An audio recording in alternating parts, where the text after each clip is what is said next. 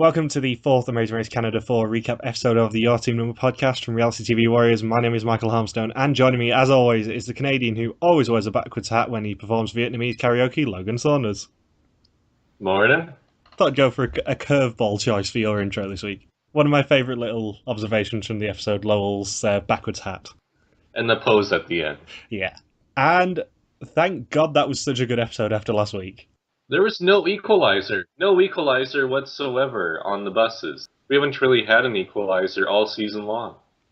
No, I was so sort of mourning after last week that I needed this episode just to cleanse my palate and give us just utter ridiculousness. I think this was the first time that Anne and Tanya met Emmett and Jillian all season long. Yeah, I think it probably was. Since the starting line. Yeah, because there wasn't any equaliser with the flights, was there? Or there wasn't any equaliser with the bus. They might have met each other on the flight to Saigon last week, but... Emmett and Jillian were probably thrown into first class, and Anne and Tanya had to sit in coach. Probably. Anne and Tanya just got to cling on to the outside of the plane. They weren't actually given a seat. Or they were in the aisle with all the families and the babysitter crying, because they thought they'd be a good fit there. So, previously, 9 teams flew from Calgary to Kai Bay in Vietnam. At the airport, Steph and Kristen deceived everyone that they had won the double express pass. Heat was the major factor of the leg, straining relationships with varied results. Joel and Ashley danced their way to first place, while Stefan's heat stroke and openness to helping other teams caused him and Antoine to be the second team eliminated from the race. They still didn't properly explain what led up to that, though. They still didn't say anything. They just said, after 2 hours at the roadblock, Stefan magically got heat stroke, and that's why they lost. Like, they're still not explaining that time gap. Also, the clip of them saying, "Do you want to take a penalty?" It looked like Julie was still there when they said that, so that's kind of out of sequence, which is, typical editing tricks. Yeah, they're really trying to confuse us with what happened to Stefan at that roadblock. We're still not getting a straight-up answer, and it's frustrating as a viewer. And the most distressing thing? Monty said that Steph and Kristen deceived all 9 teams, and I know for a fact they did not deceive themselves. Maybe they deceived Anthony and Brandon at the starting line somehow. To be fair, I don't think that would be very hard. Maybe they told them they were professional football players. It's probably bright, shiny lights would do that to Anthony and Brandon. And talking of Anthony and Brandon, did you notice that them and Stefan and Antoine are back-to-back in the titles? So it's a blatant conspiracy. Oh, yeah, it's rigged. It's rigged. It is. So teams must now travel back to Ho Chi Minh City via public bus number 3. And once there, they need to find the Ba Tien Hao temple and search for the next clue. And did you notice how much dong they had on their card this week, Logan? 1.5 million. They were lucky enough to each have 1.5 million dong on their cards. And that is a lot of dong. Yeah, when you combine it all together, it matches the number of motorcycles and people in Ho Chi Minh City, if I'm not mistaken. Between all the teams, they had 12 million dong. That's more than enough to go around, I think. Oh, I'm so disappointed that Rita and Yvette read it out, because I wanted to see whether you'd paid attention to how much dong there was in this leg. Yeah. And it is Joel and Ashley leaving at 11:41 a.m, Steph and Kristen at 11:44, Kelly and Kate at 11:45, and then Jillian and Emmett at 12:14, Frankie and Amy at 12:29, Rita and Yvette at 12:52, and then Julie and Lowell at 1:15, and Anne and Tanya at 1:44. And this is quite a close spread for this race. Yes, 2-hour gap between first and last is considered being razor thin close together on the Amazing Race Canada, in contrast to last season of Amazing Race US, where maybe that happened once all season long, and it was always down to minutes from first to last all other times. And 1.5 million dong is about 88 Canadian dollars. Oh, so they didn't get that much money for this leg. No, as I said last week, about 15,000 dong was a McDonald's meal. It makes you feel super rich buying stuff in Vietnam, because you're like, holy crap, 150 million dong, or whatever it is that Amazing Race Vietnam gives out. 300 mil it is, actually. Why do currencies do that? Why does it have to be such a high number for everything? I mean, if it's 1.5 million to 88 in another currency, that just seems unnecessary. You think they could just scale it down? Yeah, it's laughable when you consider that the top prize of Amazing Race Vietnam is about £7,500, or about 10,000 Canadian dollars. So they're winning like $1 billion, pretty much. No, they win 300 million. 300 million. It's like Doctor Evil just throwing out random big numbers out there. $1 billion or whatever else they throw out there. It's like how I assume being in Zimbabwe would be. It's With Zimbabwe, well, theirs is different. It's just major inflation on their part. Zimbabwe is notorious inflation. And there's not that much intrigue really with the buses, but Frankie and Amy do miss the bus that Gillian and Emmett are on, and say that I hope this doesn't bring bad karma. Karma doesn't exist, but yes, it does. It does hurt them later on in the round. Yeah, spoilers, it brings bad karma. Did you hear Joel's comparison for the heat? He said it was hotter than a hoochie coochie. Oh yeah.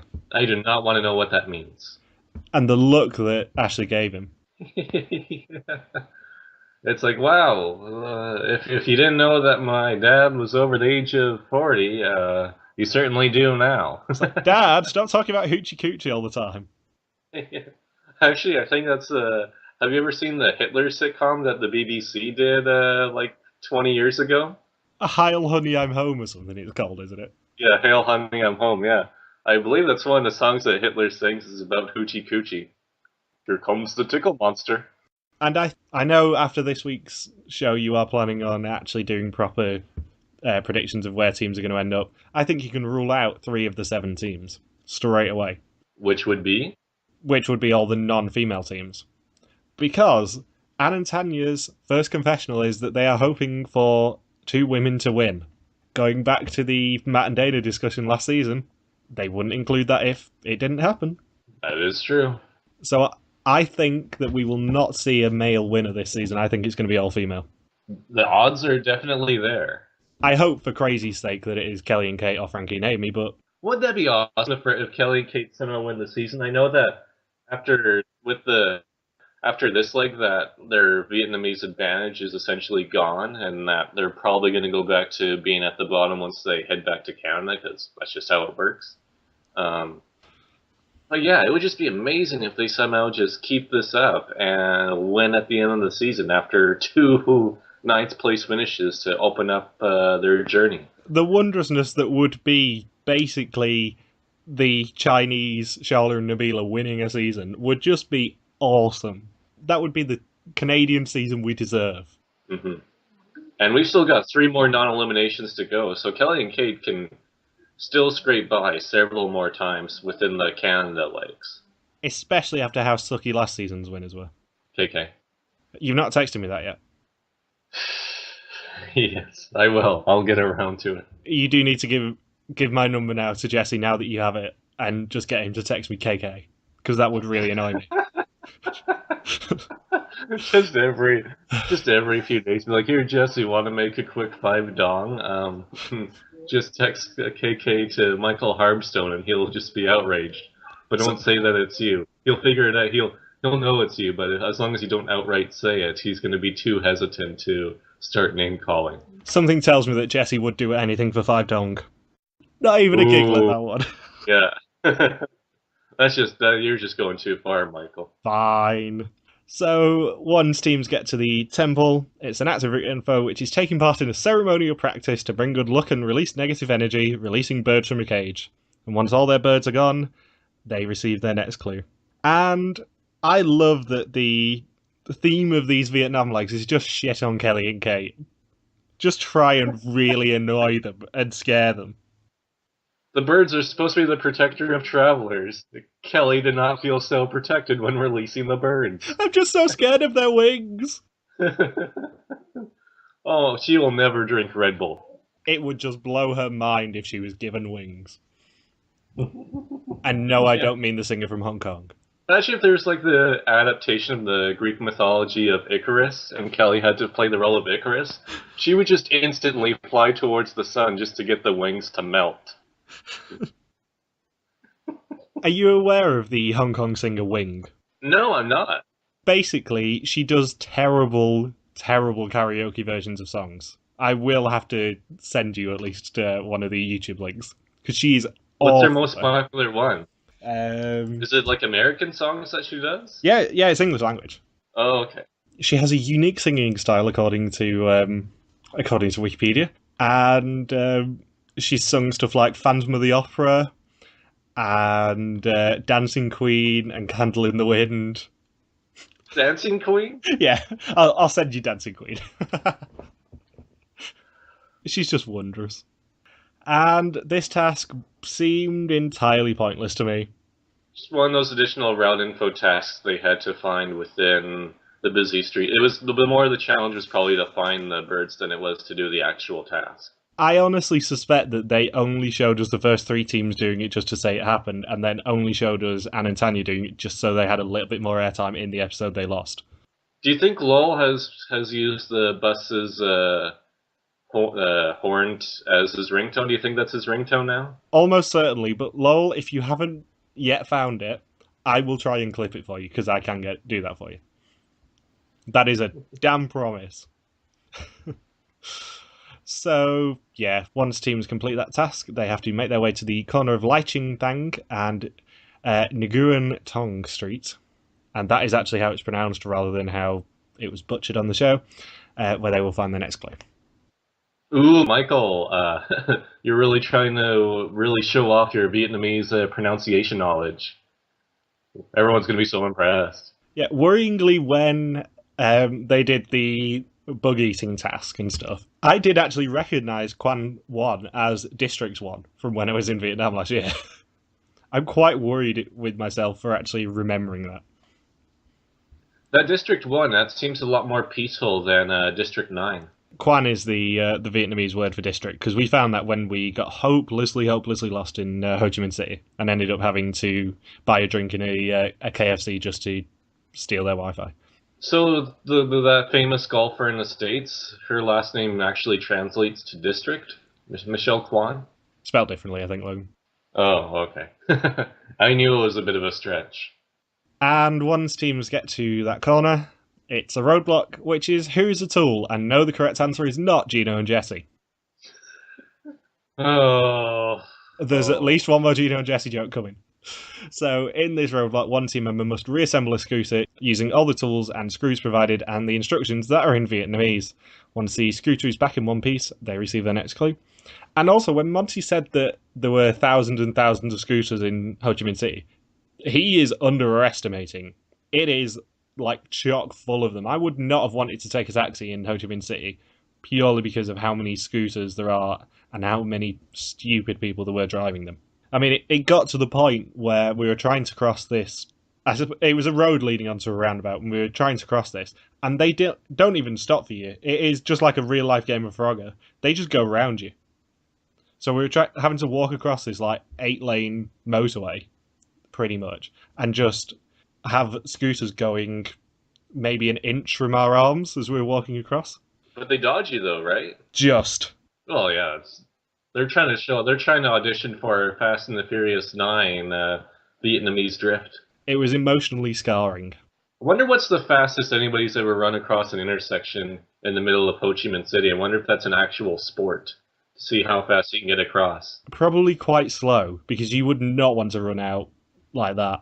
Wouldn't that be such a thrill, though, just to do that once? Be like, just, put on your, sprinting shoes and just really just gun it down the intersection? By all means, Logan, do that, but I'm not going to endorse it. Put a GoPro on yourself and just make it a sport. And if you survive, you can put it on YouTube. And when you get hit, you have that song playing from the fourth season of Arrested Development, that Simon and Garfunkel song, as you slowly fly up into the air in slow motion. Hello, darkness, my old friend. Yes. I want to talk with you That's again. the song. So it is Kristen, Kate, Joel, Emmett, Yvette, Frankie, Julie, and Anne doing this roadblock. And this is the point in the episode where we just get wondrousness beginning. Starting with Kristen saying that her dad told her, since there's not going to be a man around, you're going to need to know how to use these, when he gave her a toolkit for her 18th birthday. You know what? I just got that just now, what her dad meant by that. I thought he meant, like, he wasn't going to be around. No, But he meant lesbian. The one time that I'm not thinking about lesbian was Steph and Kristen, and that's the time when they pull out a lesbian reference. This is the one time when Logan is not thinking about lesbians. Phrasing, Michael, phrasing. I was hoping you were going to say that purely so I could clip it and abuse the living shit out of it. I never stop thinking about lesbians. Oh, Logan, you're just the worst. The worst. And as soon as Joel and Ashley rocked up, I knew instantly that Joel would be doing the roadblock because he's a car mechanic. And I wasn't surprised that Emmett did it either because he does it recreationally.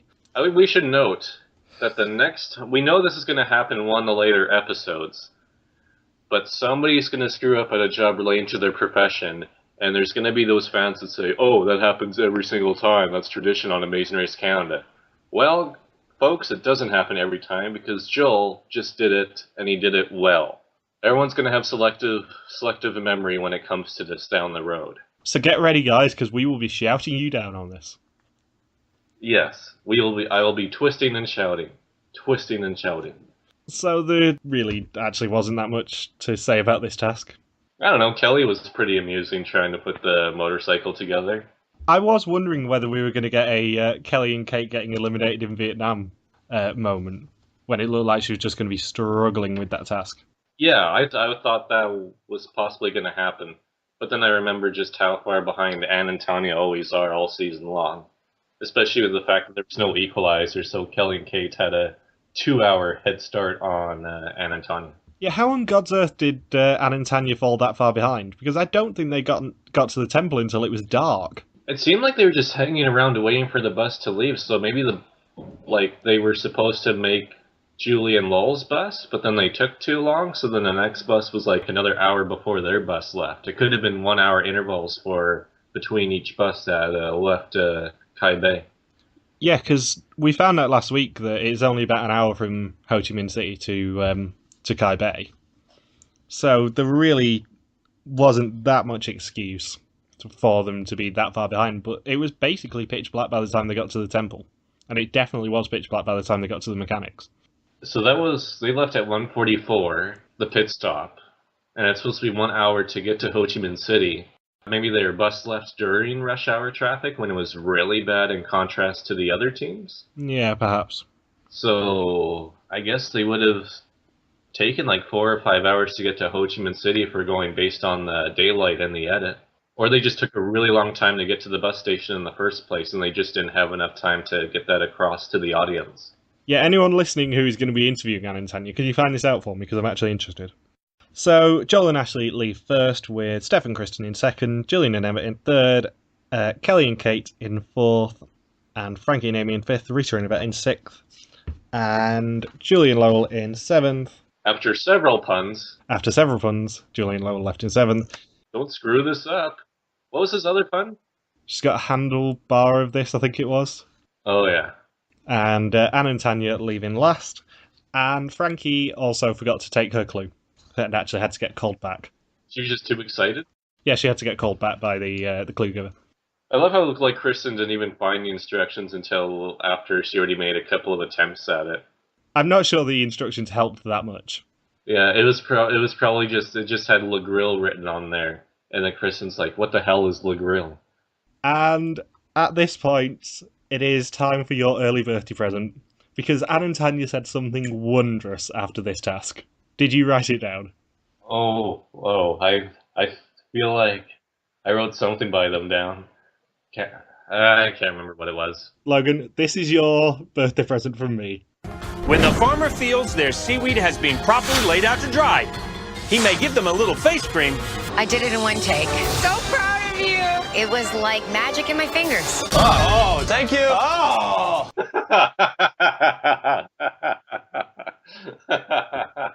Anne's exact quote was that she had magic in her fingers, and she did it in one time. It was way too low-hanging fruit, I'm sorry. She only needed one take. I think Julie has an inappropriate quote later on in the episode, too. There's at least one more inappropriate quote that I do actually need your opinion on which is going to be the stinger this week, because there's 3 potentials. That should have been the episode title, Magic in My Fingers. Magic in My Fingers does sound like some sort of really shit debut single from someone. Yeah. Probably Robin Sparkle's next single. Magic in My Fingers, guys. But yeah, when I heard Anne say that she did it in one try, and it was like she had magic in her fingers. It was way too tempting to go for the face cream reference, especially as Tanya did mention face cream in her bio. It was a team effort on their part. It was. They are forever to be known as Team Face Cream. Hashtag Team Face Cream. It's alright, we get the Incredible Hulk later. So, once teams complete the roadblock, they have to find Quan Asoi in District 1, where they will be served a plate of Vietnamese delicacies, fried worms, crickets, centipedes and grasshoppers, and a bat, before eating a dessert of a coconut worm each to receive their next clue. With a live studio audience. It did seem like a lot of these tasks had a live studio audience this week. Well, they're very, very public places. Yeah, we had the pit stop as well. That was like the most public pit stop we've seen in years. Since like the downtown market leg in Ghana from season 17, where it seemed like they just had to fight their way through the crowds to get to the pit stop. Yeah, I can't think of a more recent, really public one. I'm sure someone will get back to us because Muneem Khan did fact check us last week. And I love that basically the subtext of this task was, you thought the fast forward last year was hard? Well, suck it, guys. We're going to make it an active route info, so suck on it, Gino and Jesse. Do you see somebody complain online that they're doing another bug eating task? Oh, how terrible. Except it's very different things they're eating this time and slightly different structure to it. They must complete it. Amy must forgo being a vegetarian for this one task, which is the one thing I'm always afraid of if I'm on the race. Because A, I'm a vegetarian, and B, I have bad gag reflexes. Well, you would have been perfect for this task then. There's literally nothing wrong with this picture. I would have been twitching more than Anne was and feeling like I was possessed by some evil spirit while eating the bugs. Yeah, this just proves that Amazing Race Canada 4 is the toughest race ever. Because who brings back a fast forward and makes it an active route info? With bats, centipedes, not the human centipede, thankfully. That would have been really disturbing. Eat this plate of human centipedes. Oh, I really don't want to get into that on this podcast. I feel like that takes us up to the next level of inappropriateness. Logan, we've already had jokes about magic in my fingers and a hell of a lot of dong jokes. I don't think anything's off limit this week. I think the human centipede is. That's where I draw the line. Maybe Anne would have been justified in becoming the Incredible Hulk then. And the fast forward last year was only mealworms as well. It was mealworms and crickets, if I remember correctly. In Sudbury. In Sudbury. The arse end of Toronto. But yeah, we had mealworms, we had crickets again, and then they added centipedes, grasshoppers, and the James Clement favourite, a live bat. I wrote James Clement down too. Yes, high five. James Clement would have been all over that bat. Yeah. Nice juicy bat. He wouldn't have been over the damn apple though. No, he had an apples on the plate next to the bat, and he's like, I'm not eating that. What in the Nickelodeon is this? Hands down, this was the best task of the season, maybe of Amazing Race Canada. Because we just had Ashley's reactions being wondrous, and when she shrieked when seeing the live worm, did you also notice the clue giver sort of flinching? She stood in the background and flinched when Ashley screamed. Poor Joel was like, Ashley, what's the problem? There's no bones or skulls.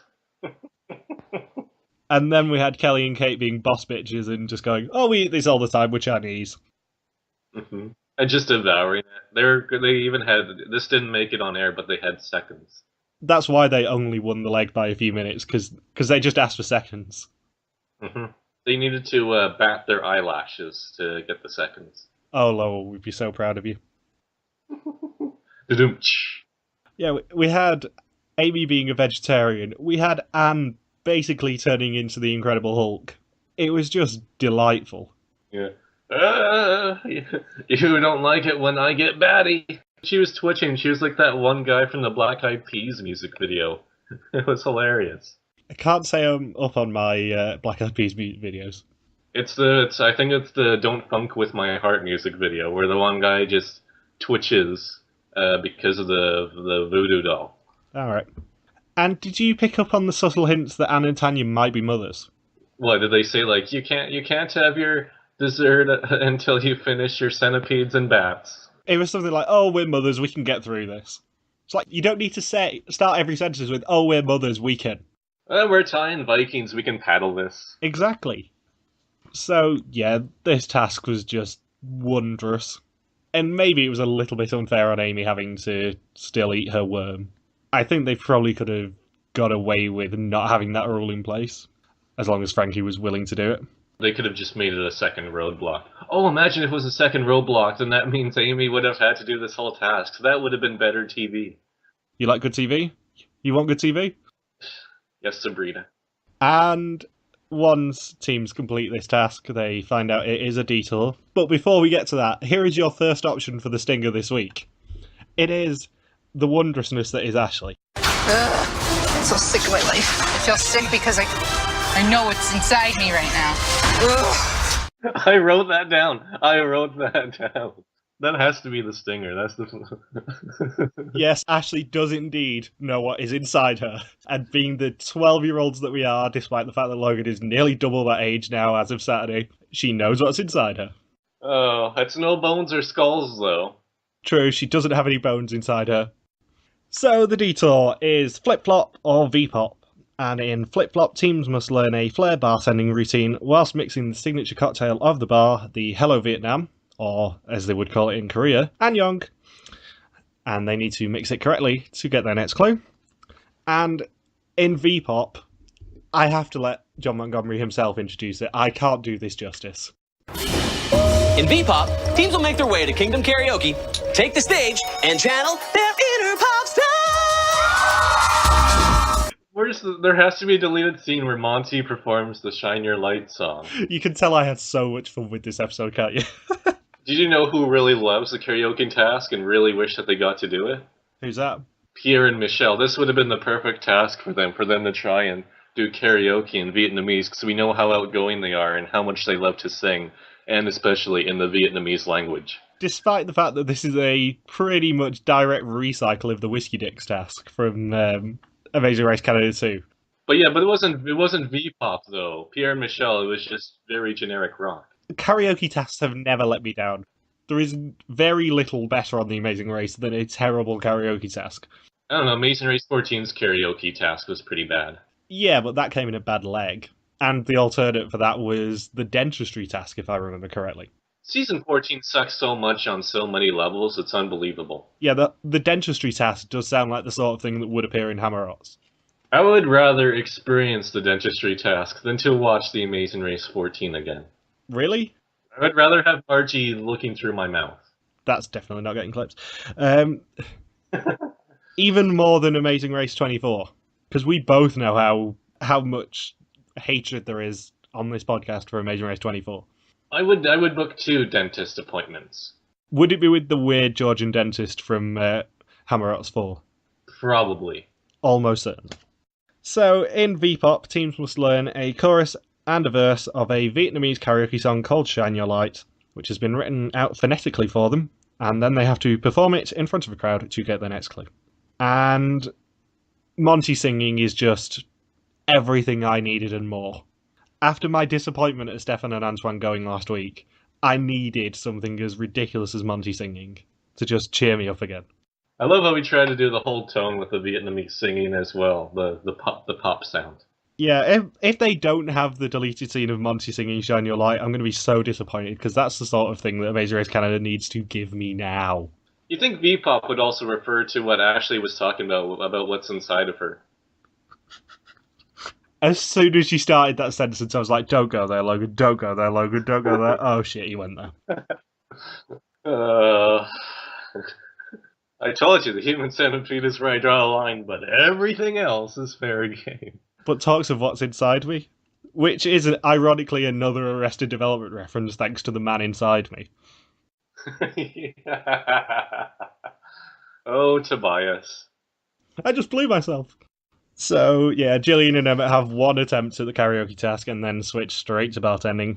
And Ashley screws up their first attempt because her shaker is jammed. And then we have the kick-ass moment of the episode with Kelly and Kate boss bitching their way through the V-pop task by translating it phonetically into Mandarin, because that's textbook Pandarin. Mandarin? Have I not introduced you to Bo Burnham's latest album? Not a big fan of Bo Burnham. I can't remember whether I sent round Pandering. Basically, he did a parody of what you call stadium country songs, which are just pandering to the audience.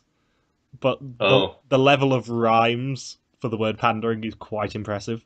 Such as I could sing in Mandarin, that's textbook pandering. Or thematically meandering. That is impressive, Bo Burnham. When Steph and Kristen were eating the bugs, did you notice the tiny monkey that was sitting on the one person's shoulder just watching them? Yes! That was the best.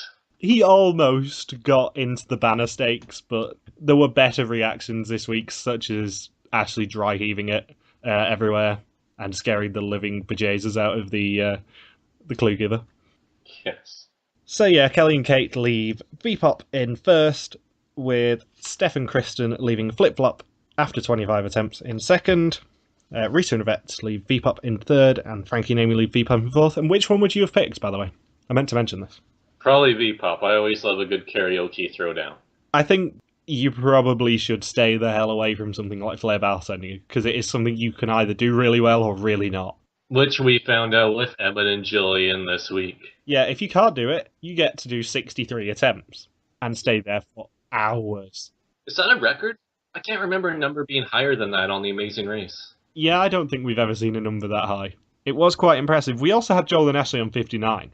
That was very close. It was.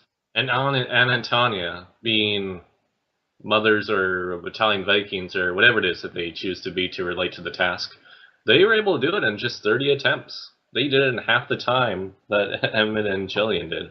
Well, in theory. In theory, unless they got to the end of each attempt and screwed up on the final step, as opposed to Emmett and Jillian, who, especially that one time where Jillian hadn't even started it yet, and Emmett's like, "Oh, we gotta start over, I screwed up." Did you notice that it seems that the more Jillian and Emmett fight, the better they do?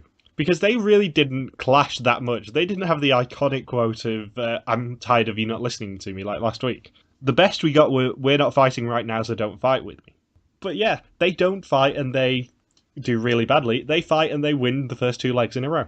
Yeah, the bickering works. It's a proven strategy. It's the Haley and Blair principle. No, it's the Tien and Jaree principle, because they always survived whenever they were fighting. Then the one round where they fight the least is when they got eliminated in season 4. But we also got other iconic moments with them, so, you know. Like Jaree plugging her ears. Well, let me take it. I know what's inside me. I don't think Tien and Jaree ever said that. And then V-Pop. And yeah, the MVP of the episode for me was, of course, Lowell's backwards hat in V-Pop. Was there a pun? Did he have a pun when singing? He didn't, but he did have a backwards hat, which just made everything better. And the whole crossed arms pose that they did after they completed the attempt? It was very 90s. Yes. They're a bit out. Who knew that Julie and Lowell would be outdated when it comes to how to imitate hip-hop artists? And Joel and Ashley are fifth to leave Flip Flop with 59 attempts under their belts. Hey, Michael, did you know that after getting trained in bartending, Joel is now going to charge $100 an hour to mix your drinks? Dollars or dollars?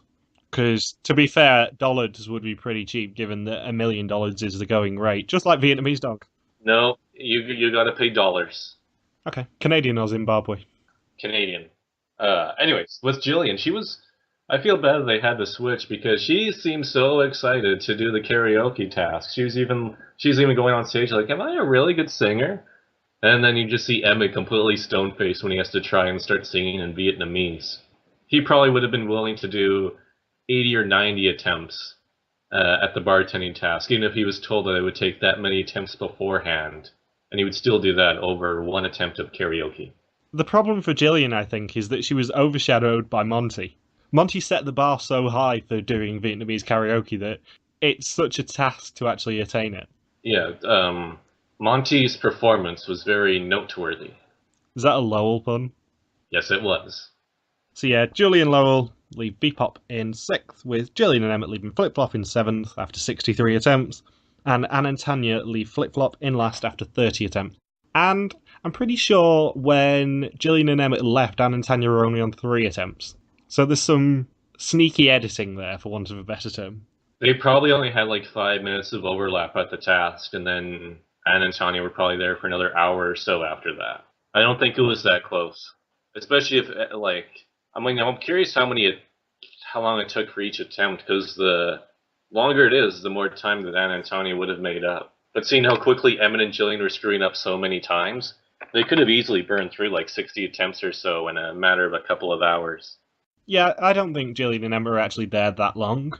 I just think that when you're in the zone and you think, we're last two, we're screwed, that maybe you get a bit frazzled and think, we've been here for literally days.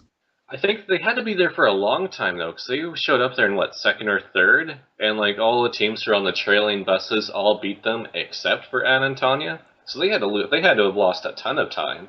I think flip-flop was the sort of trick detour option that we always talk about. I think you should always go for something like V-pop, because I suspect they would not have taken 63 attempts to do V-pop. I think they probably could have learnt it phonetically. Because it was only, about 8 lines each they had to learn, I would say. Yeah, it wouldn't have been that much of a time investment, but Emmett, he looked more terrified of karaoke than Anne did of the bugs. Minus the twitching. Yeah, minus the Incredible Hulk. And you know what I loved about the detour too is with Steph and Kristen when they go to flip flop, and we just get that random slideshow of the softball pictures. Just imagine how awesome it would have been to see Stefan and Antoine having to do one of these tasks. It would have just been glorious. Especially karaoke. If Stefan had to do karaoke, that would have just made my day. Imagine if they would have made the last leg of To Be Continued, and Stefan would have had to continue with Heat Stroke. Heat Stroke karaoke. Then having to do karaoke. It would have been awesome. Stefan would have just helped all the other teams with pronouncing the words in Vietnamese, though. And his throat would have just been too dry to perform it himself. So once teams completed their respective detours, they have to now find the statue of Ho Chi Minh on the promenade opposite Saigon City Hall, the pit stop for this leg of the race. The last team to check in here may be eliminated. And they really didn't elaborate on actually where it was. I said this on Amazing Race fans group. Where the pit stop actually was pretty much next to the statue of Ho Chi Minh, who obviously Ho Chi Minh City is named after they changed it from Saigon.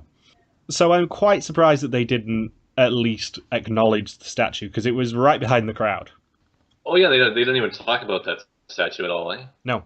There was no Vietnam War references actually in either of these two legs, which is something that we brought up a couple weeks ago. The closest we got was them saying that they took in the boat people. Oh yeah, the refugees. They basically said Canada didn't get involved. Mm-hmm. So Kelly and Kate are the first team to check in, and they win a trip for 2 to LA to do lots and lots of shopping. Oh, that was funny with Emmett too at the karaoke task, saying no one will come here, and he didn't even think that Kelly and Kate would be immediately attracted to the Vietnamese karaoke task. And then, unlike Steph and Kristen, hit it out of the ballpark. I think on paper, you probably would go to flair bartending, but you think about it and go, can I do flair bartending? Have I got the natural skills? And you probably go, no. Or I would, at least. And then Kelly and Kate would have had the linguistic advantage, too, for karaoke, and they just seem like the type of people who would probably be into that more than having to do all that physical work with the flair bartending. To be fair to them, Vietnamese is pretty much unlike any other language in the world. I know there's obviously transferable skills of being bilingual, as Monty would pronounce it, but... Yes, I mean, yeah, with being multilingual. Mandarin is obviously nothing like Vietnamese. Having said that, oh, no. On the cruise last year, they did offer Cantonese karaoke. Cantonese karaoke? Cantonese karaoke every night, because it was full of people from China. So there was an English karaoke section on the opposite side of the ship to the Cantonese karaoke. Oh, segregated. Wonderful. Yeah, it wasn't like half English, half Cantonese, because that would have been mental. That would have been the China Rush karaoke. Yeah, that would have been hilariously entertaining, but it also would have been crazy. It would have been like Feliz Navidad, where it's split between English and Spanish. Feliz Navidad. Prospero and Felicidad. You do realise it's like the hottest day of the year in the UK right now, and we're singing a Christmas song in Spanish. I am very, very warm right now. Is this where we throw in the Stefan, I am so hot? I'm so hot!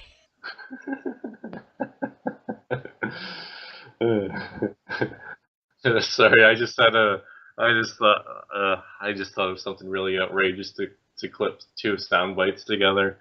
To have Stefan's soundbite followed by a Ashley soundbite. I'm so hard. I know what's inside me. Or I guess it would work if it's Stefan's followed by Anne's. Or alternatively, Ashley's followed by Anne's. I know what's inside me. There's magic in my fingers. Yes, that would be the best combination. Fine. I will clip that for you. I do love being able to clip the audio now. I never used to have that ability. So for the third time in 4 weeks, Steph and Kristen check in second place. And because they haven't given out the double express pass yet, when Frankie and Amy check in, Steph and Kristen have to come back and hand it over. And this won't end horribly. Ashley could not have been more unimpressed with Steph and Kristen. Save it. We have a discussion on this. So, third was Risa and Yvette, and fourth was the aforementioned Frankie and Amy, with Joel and Ashley checking in fifth place right behind them. And this was best case scenario for this, because we are on record as hating the double express pass twist. But if the double express pass means that we get the stink face from Ashley every season, I don't really care. Because Ashley's face was wondrous. Ashley's face made this twist, and actually redeemed the fact that we have to suffer through another double express pass season. It's the best unimpressed expression I've seen on Amazing Race Canada, I think, out of all 4 seasons. Just frowning and fanning herself. I really, really wish that someone had just put a camera on Ashley at that point. Because they had to know that it was coming. Given how unimpressed Ashley was for the rest of the day, basically, they had to know that Ashley's reaction, if she checked in at the same time as Frankie and Amy, would be one of utter disgust and contempt. After 53 attempts of bartending and squandering away their first place finish, Joel and Ashley have to stand beside Frankie and Amy, who danced their way through the entire day, get to celebrate in their Frankie and Amy way of receiving the express pass, as Joel and Ashley could not have looked more dejected.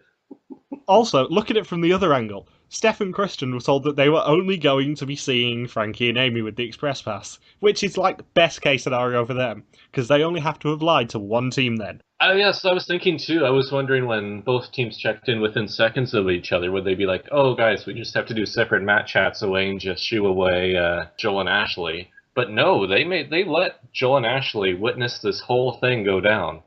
So I'm curious if that's within the rules somewhere. This is best case scenario for production. You can bet your bottom dollar that they probably made Frankie and Amy wait. Because there is no way that the double express pass twist can ever be better than one team checking in and getting it, and one team standing 3 feet away and having to watch on and looking like they have a face like a smacked arse. But from Steph and Kristen's point of view, they were told they were only giving it to Frankie and Amy, so they only had to lie to one team. They now have Joel and Ashley, who are not only pissed that they know that they lied about the double express pass, but they're pissed that they didn't give it to them. This could only end horribly for Steph and Kristen. Meanwhile, Frankie's mind is blown, and Amy directly quotes Julie Chen saying, "Expect the unexpected." And I think this was definitely unexpected for Ashley. It's even worse for Steph and Kristen that everyone's going to be on the same flight to Vancouver and then probably on to Haida Gwaii next week. Emin and Jillian may not be, especially with Emin and Jillian struggling in these international rounds, they're not the targets for the U-turn anymore. It's going to be the team that lied about the Express Pass, finished near the top of the standings in all 4 rounds so far, other than when they got the Express Pass where they wasted a couple hours getting it, but still passing teams. And now with the whole deceiving portion and trolling Joel and Ashley, they've got to be public enemy number 1 for the rest of the season. There is going to be a ton of downtime next week for teams to talk to each other, and especially teams who haven't seen Joel and Ashley since before Leg 3 when, they came in first. So, I wonder what the topic of conversation from Joel and Ashley is going to be, given that this week Steph and Kristen's officially got the best average of the season so far. You know what would be great? When they book tickets for the flight to Vancouver, if Steph and Kristen have to sit next to Ashley, and Ashley just gives them that same stink eye for the entire duration of the flight. I'm just assuming they're going to be flying to Vancouver, by the way. I don't know for certain. Well, yeah, they're not going to be flying to Prince Rupert. No, but they might get the flight back to Calgary, for example, and then fly on to Prince Rupert. I would think they're flying to Vancouver. Yeah, I would think so. It would be the big assumption, but we don't know for certain. So after all that Express Pass awkwardness, Julie and Lowell check in 6th, and Gillian and Emmett have a lot of confusion about the pit stop location, but the best thing about it is you can see the lit up City Hall behind them. And they still couldn't figure out where it is for a bit, eh? Yeah, if you go back to watch that scene where they're frantically trying to get people to tell them where it is, you can see the spires of City Hall lit up behind them. It's quite impressive. So they were just completely out of it this round. Oh, 100%. They were, bumbling their way through. They are very lucky that they are quite a strong team, because I think they probably would have gone out a lot earlier otherwise. And I'm guessing it must have been really late during nighttime. Just judging by how, or it was already dark when Anna and Tanya got to that initial clue box, and yet they showed up they had overlap at the detour with Emmett and Jillian, plus they had to go through all that traffic to get to the pit stop. So I'm guessing it had to be way after midnight. I do remember them saying when we went to Ho Chi Minh City that it is famous for its nightlife and they stay open all night, which is probably why they did the bartending task and the V-pop task. Mm-hmm. Because they can guarantee that locations will be open, so we don't get a Nick and Sabrina in leg 5 last year. But yeah, it was probably quite late. Monty probably had a very late night, and I suspect they probably were quite glad of the, let's be honest, 24 hours of flights that they're going to have after this leg. It must have been one of the longest days of racing that they've had, because they started out in the morning, or just before noon, and if Emmett and Jillian are still on the race course, I wouldn't be surprised if they racked up nearly 15 hours of consecutive racing. Yeah. The problem is I don't know what time the sunset was. Because if the sunset was really early at 5 o'clock, then it's going to skew everything we're thinking. Well, they're right near the equator, so I don't know how long the sun stays out there in the middle of April in Ho Chi Minh City. It'll be interesting to see how big the spread is, because Kelly and Kate obviously rocked the V-pop detour. But it'll be interesting to see how big the spread is, because if it's 6 hours, then yeah, they probably spent about 15 hours on the racecourse.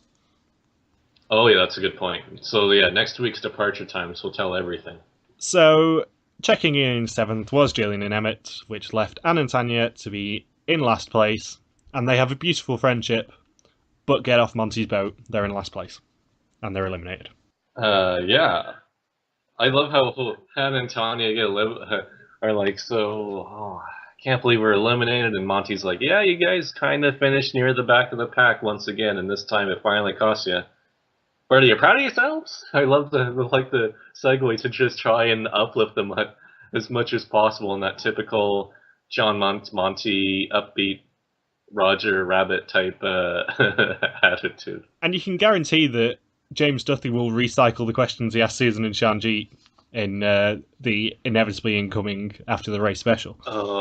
If Duthie asks Anne and Tanya, so being mothers, Anne and Tanya, what do you think about this incident with the Express Pass with Steph and Kristen and Joel and Ashley? If Duthie says that, I am blocking him on Twitter. That's gonna be the end of the relationship between me and James Duthie. What relationship? He tweeted a really, really bitchy response to you. There is no relationship. I don't know. I always have hope.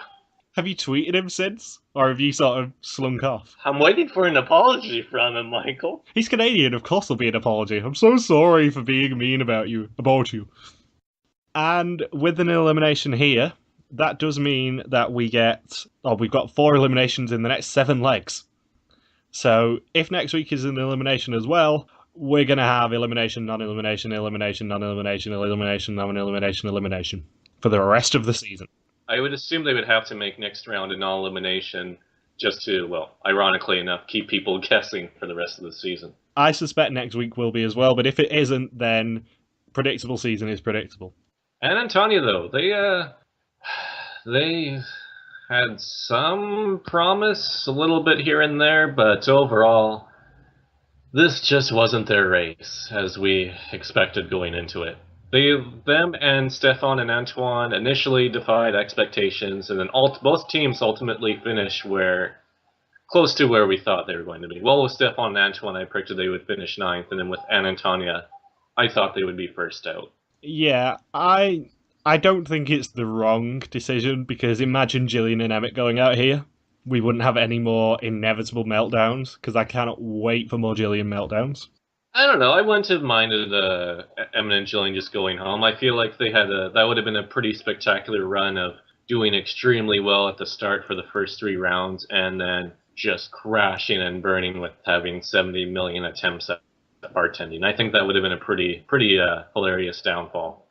And then Anna and Tanya somehow recovering after and passing Emmett and Jillian after always being hours and hours behind them from, well, about 2 minutes into the season. Yeah, but we would have then been left with 5 all-female teams and 2 guys left, one of whom is blind. That would have been awesome, though. Which would have been a complete mess. You're winning around there. But you wouldn't have seen there hasn't been a season like that before.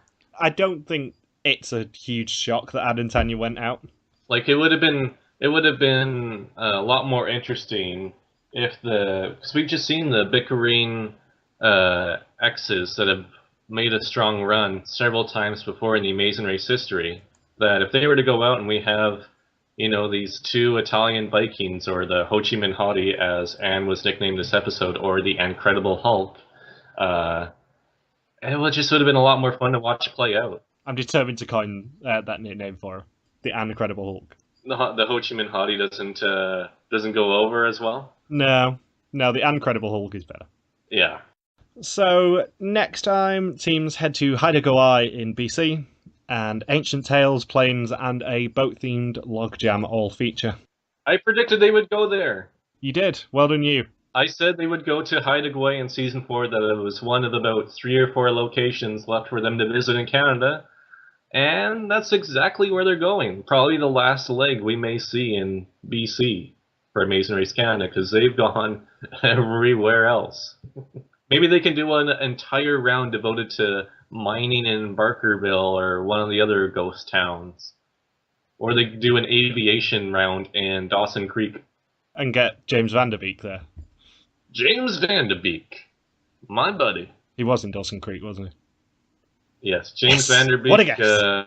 Joshua Jackson. Katie, what's her name? Kate Holmes. Katie Holmes? Yeah. And... oh, Michelle Williams. Not Michelle Williams of Destiny's Child, but rather Michelle Williams, the actress. Is she related to notorious rapper Brian Williams? Yeah, see, she's related to Bri Y. We've not mentioned Bri Y in ages. Kim Jong-un. So I think we both agree that it's going to be a non-elimination next week. Who do you think is going to be vulnerable? I don't know, but can we just point out... Did I say that Anna and Tanya were going to be eliminated this week? Yes. So I predicted that Anna and Tanya were going to be eliminated. But low-hanging fruit, because obviously they were going to get eliminated. But furthermore, I correctly predicted that Frankie and Amy were going to receive the Express Pass. But you also said Kelly and Kate would be third.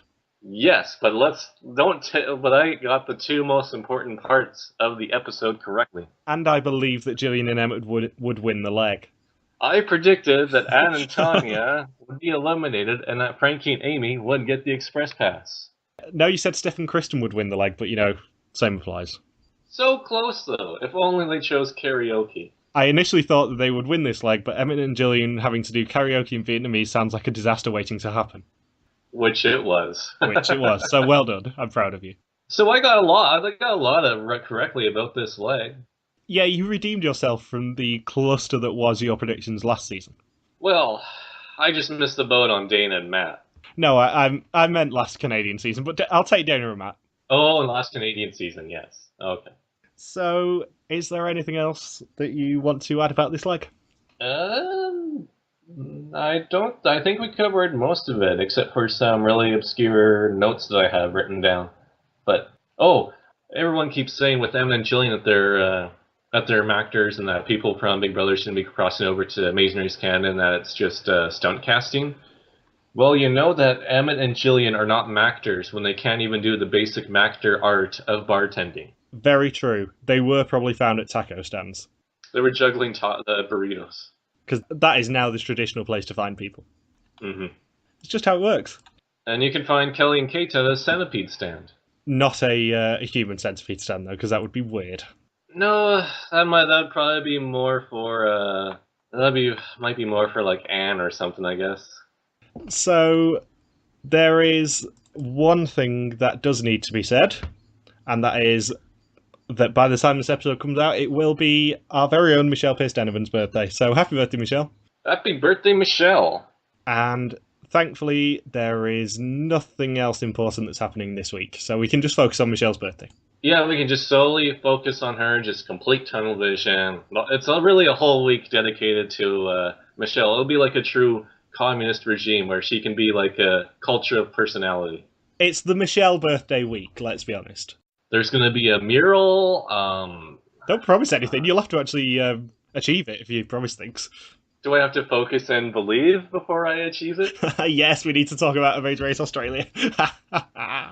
I'd forgotten that you'd started that gloriousness of a franchise. I am 1 minute into the first episode. Oh god, you've seen all the team introductions though, haven't you? Yeah, I saw that before, and then I'm working on blogging it. Oh, it's such a mess. Have you been playing Pokemon Go? Yes, of course I have. I have. I don't know if you've seen my Snapchats, but so far, I have... Oh yeah, that's the other big announcement. For those of you that don't know, I finally have a smartphone. He does. He's finally upgraded from his Nokia 3210. Yes. And the funny thing is that this phone's a Motorola too. I just can't get away from the Treasure Hunters reference. Awesome, mine's a Motorola as well. So anyways, feel free to add me on Snapchat, which is Supakuwaki. There's a shock. Yeah. But yeah, I have, for those of you that don't know with my Pokemon Go journey right now, I've heard that everybody around town yesterday, where I live, that everyone was struggling with catching Pokemon as much as me, so I don't know if they dwindled that down on the servers or what. So I walked around quite a bit yesterday, caught very little. So after 1.25 days, my current Pokemon collection is 2 Zubats, Charmander, two Zubats, the Charmander, and a Pidgey, and last but not least, a Poliwag. Well, I've been having a lot of trouble with catching anything on Pokemon Go because everyone's been really lucky. One of my colleagues caught a Gyarados at the lake near here. What? I went to the lake yesterday and caught naff all. I was so annoyed. Apparently there's a lot of Magikarp in Okanagan Lake, right next to Ogopogo. There's thousands of Magikarps. Yes, but I haven't done terribly badly. I caught an Eevee at work.